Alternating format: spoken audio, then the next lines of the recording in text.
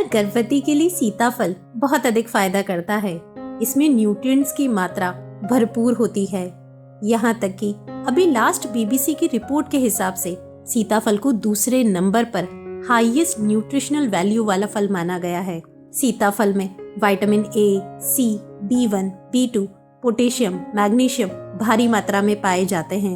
इसमें फोलेट की भी अच्छी मात्रा पाई जाती है, जो गर्भवती और संतान के लिए बहुत अधिक फायदा करता है।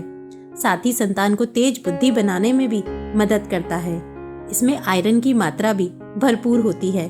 साथ ही हाई फाइबर होने के कारण डाइजेशन में बहुत मदद करता है। इसीलिए कहा है गर्भवती को नित्य इसका सेवन अवश्य करना चाहिए। बस ध्यान रखें, अगर आपको जेस्टेशनल डायबिटीज है या इससे जुड़ी कोई एलर्जी है तब आप इसका सेवन ना करें। कई लोगों के मन में यह प्रश्न आता है कि इस फल का नाम सीताफल ही क्यों है? क्या इसका माँ सीता से कोई कनेक्शन है?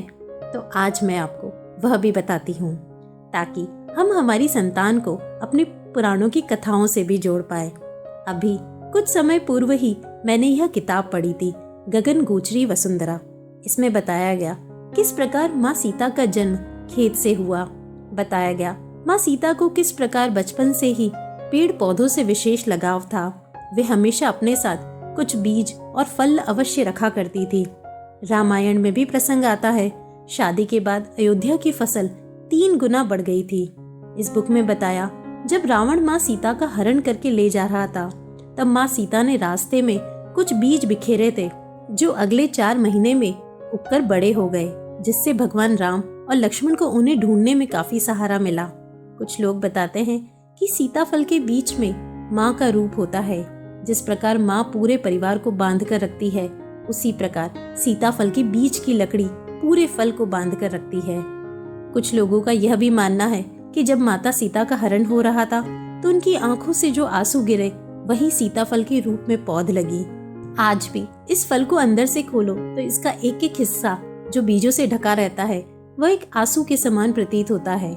इसीलिए कहते हैं कि आज भी कोई भी बंदर इस फल को नहीं खाता। वैज्ञानिक रूप से भी देखें तो इस फल की शुरुआत हमारे देश में जंगलों से प्रारंभ हुई। आंध्रा, असम, वेस्ट बंगाल, कर्नाटका में सबसे पहले यह फल पाया गया और उसी के बाद इसकी खेती पूरी देश दुनिया में होने लगी। वहीं यह भी पाया गया कि उन्हीं जंगलों में भगवान राम, लक्ष्मण और हनुमान ने भी कुछ फल पौधे लगाए थे, जिन्हें राम फल, लक्ष्मण फल और हनुमान फल के नाम से जाना जाता है। उनके भी अत्यधिक फायदे होते हैं। आशा है यह सभी जानकारी आपको अच्छी लगी होगी और आप इस फल का उपयोग अपनी गर्भावस्था में अवश्य करेंगे। अगर आपने भी इससे जुड़ा और कुछ सुना है तो वह हमें कमेंट करके अवश्य बताएं। धन्यवाद।